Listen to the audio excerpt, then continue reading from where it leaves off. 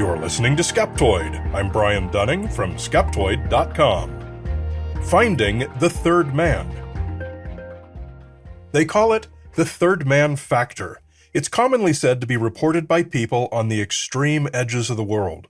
Polar explorers during raging storms. Mountain climbers pinned down in hypoxic and freezing conditions. Sleep-deprived solo sailors beaten by wind and waves for days at a time.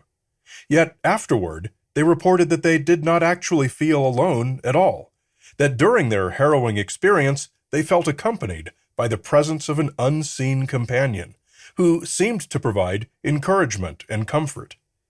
Is this a phenomenon acknowledged by neuroscience, or is it just a few disconnected anecdotal stories? Or could the facts of the third man factor lie elsewhere? Nearly every article about the third man factor cites the same several cases, and nearly always leading off with the one about Sir Ernest Shackleton in Antarctica.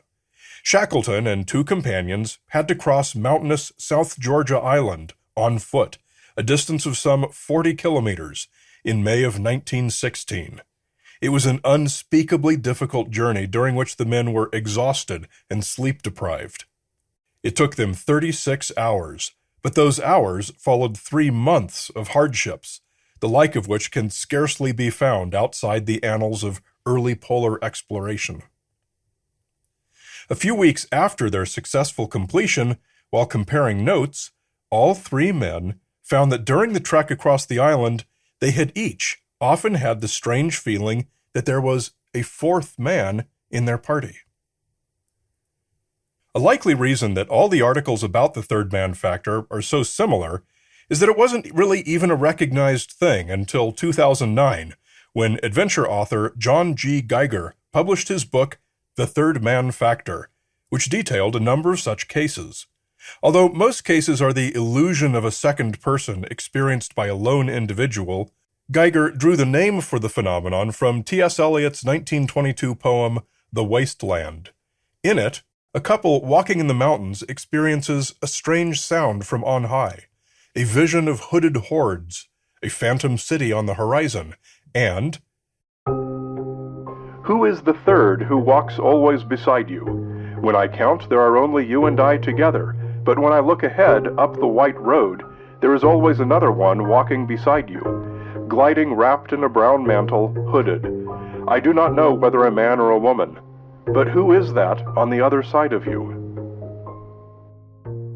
It's interesting that you won't find any published research on the third man factor, or third man syndrome, as it's sometimes alternately referred to. It's not listed in the DSM as a psychological condition. Search the academic journals all you want, you won't find it listed. Does that mean Geiger made it up? Well, no. It would be more accurate to say that Geiger called attention to and gave a name to one type of manifestation that's part of a much broader and already well-established type of neurological response. To better understand what that is, let's touch upon a few other cases where the third man factor has been reported. Mountain climber Frank Smith turned back from a solo ascent of Mount Everest in 1933 and sensed the presence of an unseen fellow climber accompanying him back down. It was so powerful that at one point he broke off a piece of food and, almost out of habit, offered it, before remembering he was alone.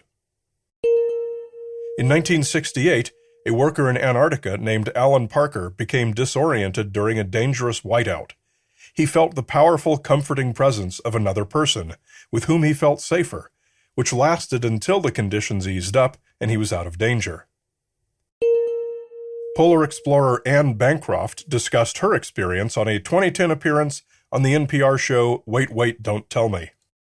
There's also this element of, some people would describe it as spirits or a presence that appears when things are very difficult, physically and emotionally, when you're really putting out. And so the third man aura is it's sort of an appearance.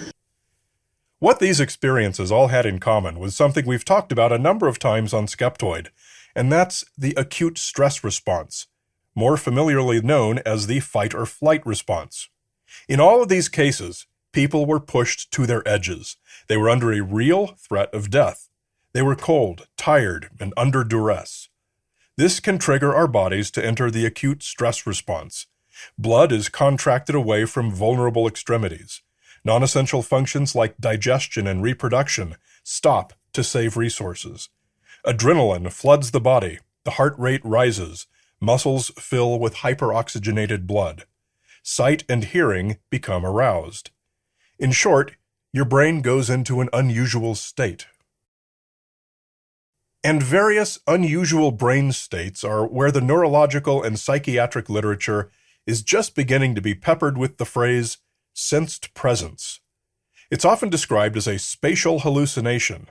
No other elements need be present for one to perceive that a particular space is occupied by the presence of a person. Sensed presences can accompany epileptic auras, brain lesions, anxiety disorder, panic disorder, and schizophrenia, among other conditions. But in healthy people, they can accompany sleep paralysis, partial sensory deprivation, frequent nightmares, bereavement, and more. The association with surviving in extreme environments has been part of the literature for some time, but without an obvious agreed-upon mechanism. What seems clear, at least within our narrow skeptoid-sized look today, is that the acute stress response, combined with a real sense of danger, often found in extreme environments, can produce a sensed presence hallucination, even if we don't know exactly why. More recent studies of schizophrenia may shed some light. Newer research has indicated that this sensation is caused by the brain's misperceiving of its own location, and so it fills in the gaps by constructing a plausible scenario, which is that there's another person there. We've been able to replicate this perception in healthy individuals in at least two different ways: direct electrical stimulation of the temporoparietal junction, and the use of a robotic mechanism with which a person can point forward and feel a corresponding tap on their own back, literally displacing their body's position from their own perspective. We do know that when we carry the physical effects of exhaustion and sleep deprivation just a little bit further, we definitely encounter hallucinations that go beyond mere spatial ones. Auditory, visual, and tactile hallucinations can become dramatic. This can be attributed to hypnagogia, a state of semi-consciousness in which hallucinations commonly appear. Many of us have had these experiences, such as thinking we hear a door slam or footsteps just as we're falling asleep. Going back to Geiger's book, we find that he doesn't really differentiate between spatial hallucinations during the acute stress response and more dramatic hypnagogic hallucinations when people are pushed to the extremes of exhaustion. He intermixes them freely in his book and regards them as the same thing. Here are a few more examples that go to extremes. Aaron Ralston, a mountaineer who became trapped on a solo hike in Utah in 2003, was forced to cut off his own arm to survive. Exhausted, dehydrated, and in shock, at one point he saw a hallucination of a little boy, whom he interpreted to be his future son, and was able to lift the little boy onto his shoulders. A competitor in the Yukon Quest, a 1,000-mile sled dog marathon race, was invited by a fellow competitor to rest in a warm hotel room. Another competitor found him asleep in the snow, thus saving his life. During his 33-hour solo flight over the Atlantic, aviator Charles Lindbergh experienced whole groups of people in the plane with him, invisible but present and talkative, giving him navigational advice and keeping him company. And from outside Geiger's book, Dr. Michael Shermer of the Skeptic Society has often spoken of the hallucinations he and fellow competitors would experience during extreme bicycle marathons.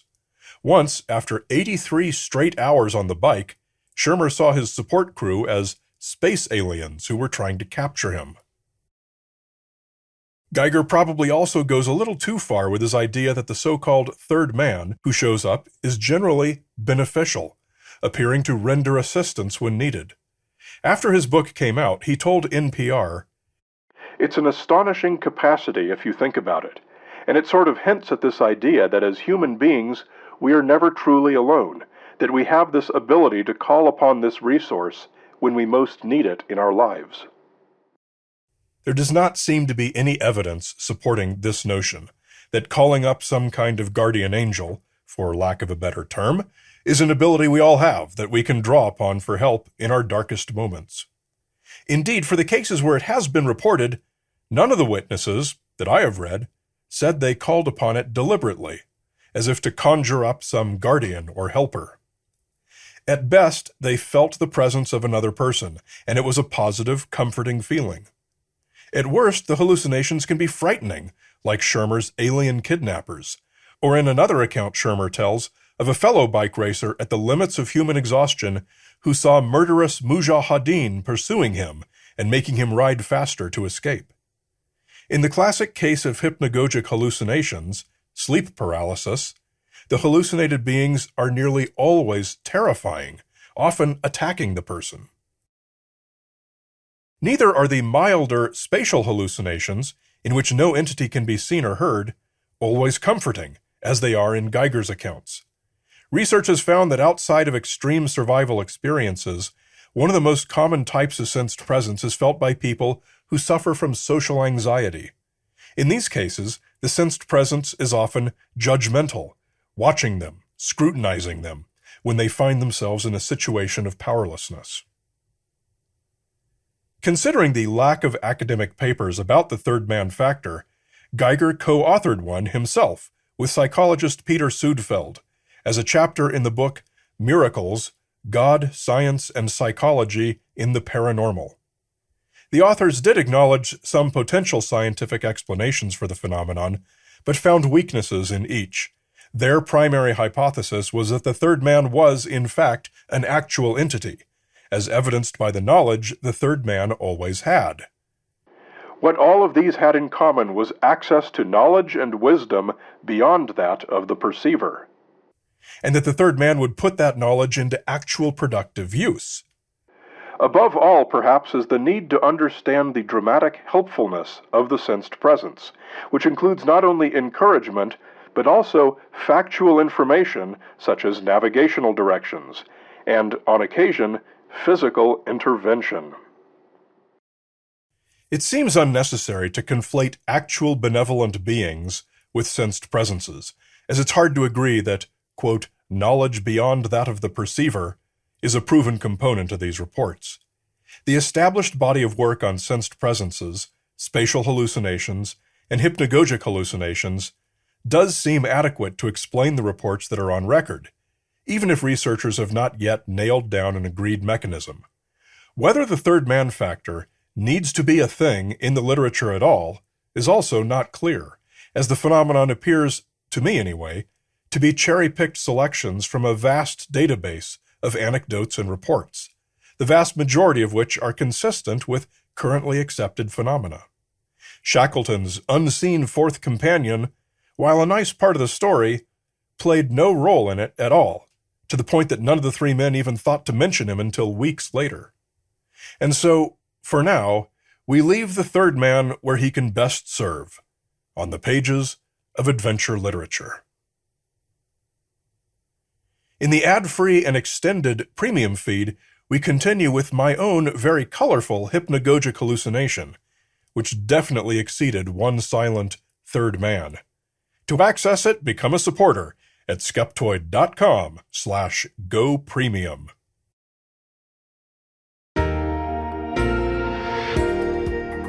A great big Skeptoid shout-out to our premium supporters, such as Aaron, the puppy dentist, Forsyth, the administrator at plan9.co, Flora, who I bet's a really good gardener, and Brody Jones. Thank you for keeping Skeptoid's lights on with your monthly micropayments. Beyond that, many of our listeners have named Skeptoid Media in their will or other estate plan. You can too. By making a gift through your will, you ensure that others in your community will benefit from the trusted and valued programming we provide. Learn more at skeptoid.com/giving. And be sure to catch In Fact, our YouTube video series based on selected Skeptoid episodes. Find it at infactvideo.com. You're listening to Skeptoid, a listener-supported program. I'm Brian Dunning from Skeptoid.com.